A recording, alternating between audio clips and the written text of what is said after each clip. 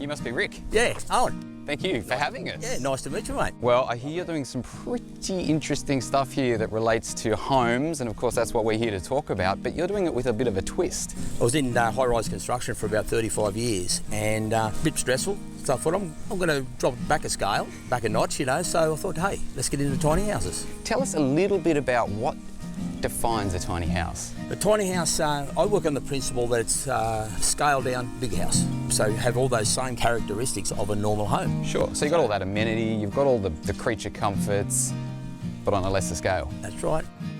Should we go and have a look at one? Absolutely, let's check it out. Hey there, I'm Rick Smith from Havenwood Tiny Homes. We build tiny homes. We like taking people from the big home and put them into a nice condensed little tiny home. A lot of young couples these days going into $700, $800 million mortgages, just living from week to week. Them heading this direction with a tiny home, effectively their mortgage is dropped by 90%. Now that dream becomes a reality, you know, so it's pretty exciting when people walk away happy.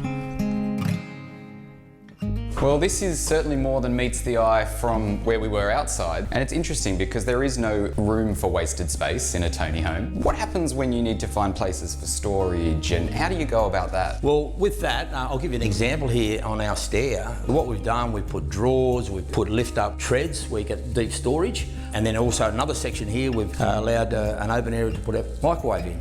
So that way there's no void area that's not being used underneath the staircase. So what we're getting out of this tiny home concept is that it's a lot of smart thinking. They're clever homes. Yeah, absolutely, tiny clever homes. I'm really excited to go and have a look at one that is probably a little bit more finessed, and we can actually see how people are living in these tiny homes. Absolutely. Should we go and have a look? Let's go and check it out. After you.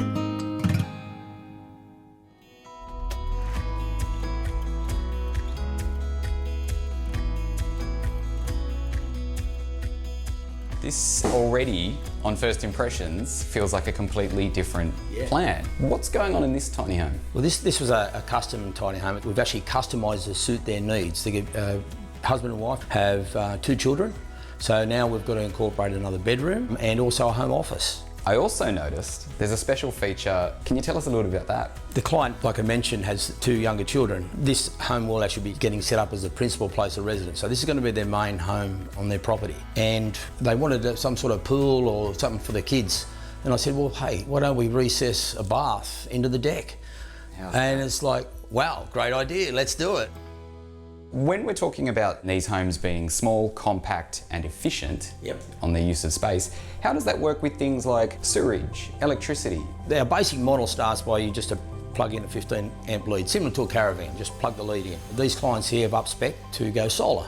So we provide a solar package for our clients so they can basically then go totally off-grid. So if you have a block of land out in the bush somewhere, just park your tiny home, find the best setting, set it up over a dam, live the dream.